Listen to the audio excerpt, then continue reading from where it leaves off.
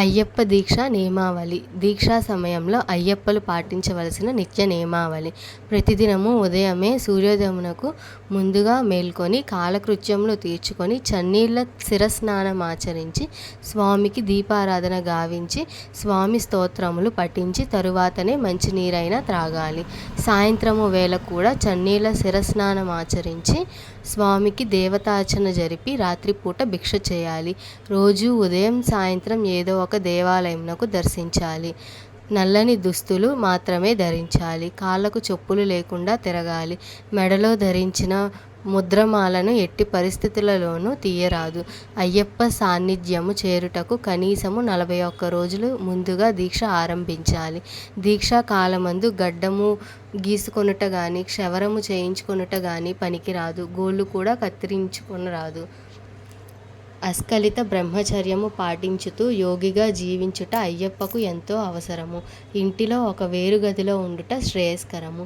దాంపత్య జీవితము మనోవాక్కాయ కర్మములందు తలచుట కూడా అపరాధము. మెత్తటి పరుపులు దిండ్లు ఉపయోగించరాదు. నేల మీద కొత్త చాప పరుచుకొని పరుండుట ఉత్తమము. అయ్యప్పలు శవమును చూడరాదు. బహిష్టైన స్త్రీలను చూడరాదు. అట్లు ఒకవేళ చూసిన ఎడల ఇంటికి వచ్చి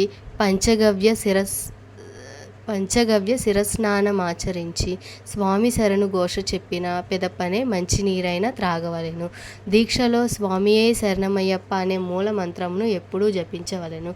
దీక్షా సమయంలో స్త్రీలనందరినీ భార్యతో సహా దేవతామూర్తులుగా భావించాలి. తమ పేరు చివర అయ్యప్ప అని పదము చేర్చాలి. ఇతరులను అయ్యప్ప అని పిలవాలి. శ్రీ అయ్యప్పలను మాలికాపురం లేదా మాత అని పిలవాలి. అయ్యప్పలను ఎవరైనా భిక్షకు పిలిస్తే తిరస్కరించరాదు. అయ్యప్పల నుదుట ఎప్పుడూ విభూది, చందనము, కుంకుమ బొట్టు ఉండాలి. మద్యము సేవించుట గాని పొగాకు పీల్చుట వంటి దురలవాటు మానుకొనవలెను. తాంబూలం కూడా నిషిద్ధమే. రోజు అతి సాత్విక ఆహారమునే భుజించవలెను. రాత్రులందు అల్పాహారము సేవించవలెను. తరచూ భజనలలో పాల్గొనుట అత్యుత్తమము. స్వామి శరణు ఘోష ప్రియుడు కాబట్టి ఎంత శరణు ఘోష జరిపితే స్వామికి అంత ప్రీతి. హింసాత్మక చర్యలకు దూరముగా ఉండాలి. అబద్ధమాడుట, దుర్భాషలాడుట చేయరాదు. అధిక ప్రసంగములకు దూరముగా ఉండాలి. ప్రతిదినము స్వామికి అర్చన చేసి తర్వాత ఇష్టదైవమును ప్రీతి కొద్దీ ధ్యానించాలి. అష్టరాగములు, పంచేంద్రియములు, త్రిగుణములు, విద్య, అవిద్యలకు దూరముగా ఉండాలి. ఇదే పదునెట్టంబడి. శక్తి కొలది దీక్షా సమయంలో కనీసము ఒకసారైనా 4 అయ్యప్పలకు భిక్ష పెట్టుట మంచిది. స్వామివారికి కర్పూరం ప్రీతి కనుక ఉదయం సాయంత్రం కూడా కర్పూర హారతి ఇవ్వాలి.